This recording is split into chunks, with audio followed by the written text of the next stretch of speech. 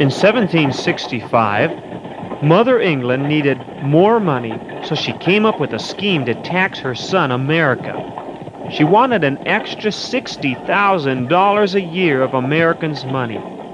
So to get her son America to pay this money, England began to tax Americans on newspapers, pamphlets, almanacs, cards, and legal documents of all kinds. This was done by placing a stamp on the items sold. So when the person, let's say, wanted a newspaper, they needed to pay an extra few cents for the stamp on it. Patrick Henry and the colonists didn't like this one bit, and this made them so angry that they were about as angry as a dog having his food taken from him. 5 years later, in 1770, a British soldier and an American colonist got into a fist fight over taxes in Boston. Before long, this fight turned into a riot between the colonists and the British. The fight died down, but the tension continued all afternoon and into the evening as crowds on both sides continued to swell. At 9 p.m., the British sentries called for more soldiers to come quickly to King Street.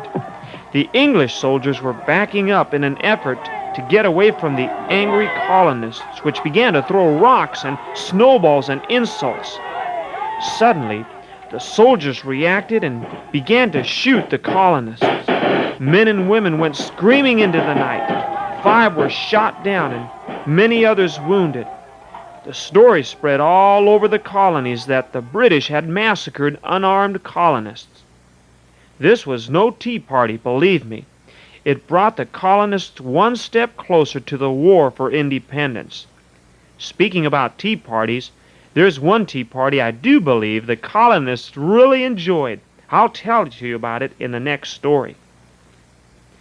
During the years that Jesus walked on earth, there was also tax trouble. It seems that the Roman government needed the Jews to pay high taxes to support their troops stationed in Israel. The Jews didn't like that one bit. They, like the colonists of our nation, didn't like foreign troops or unjust taxes. They just wanted to be left alone.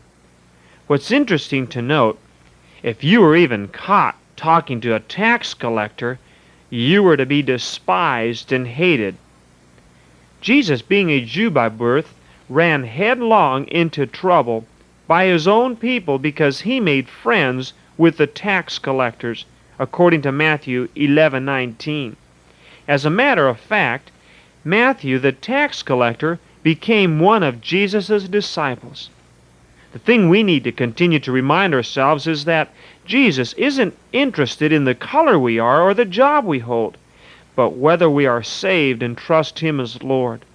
Don't become narrow-minded and say so and such about a person that you don't like. Who knows?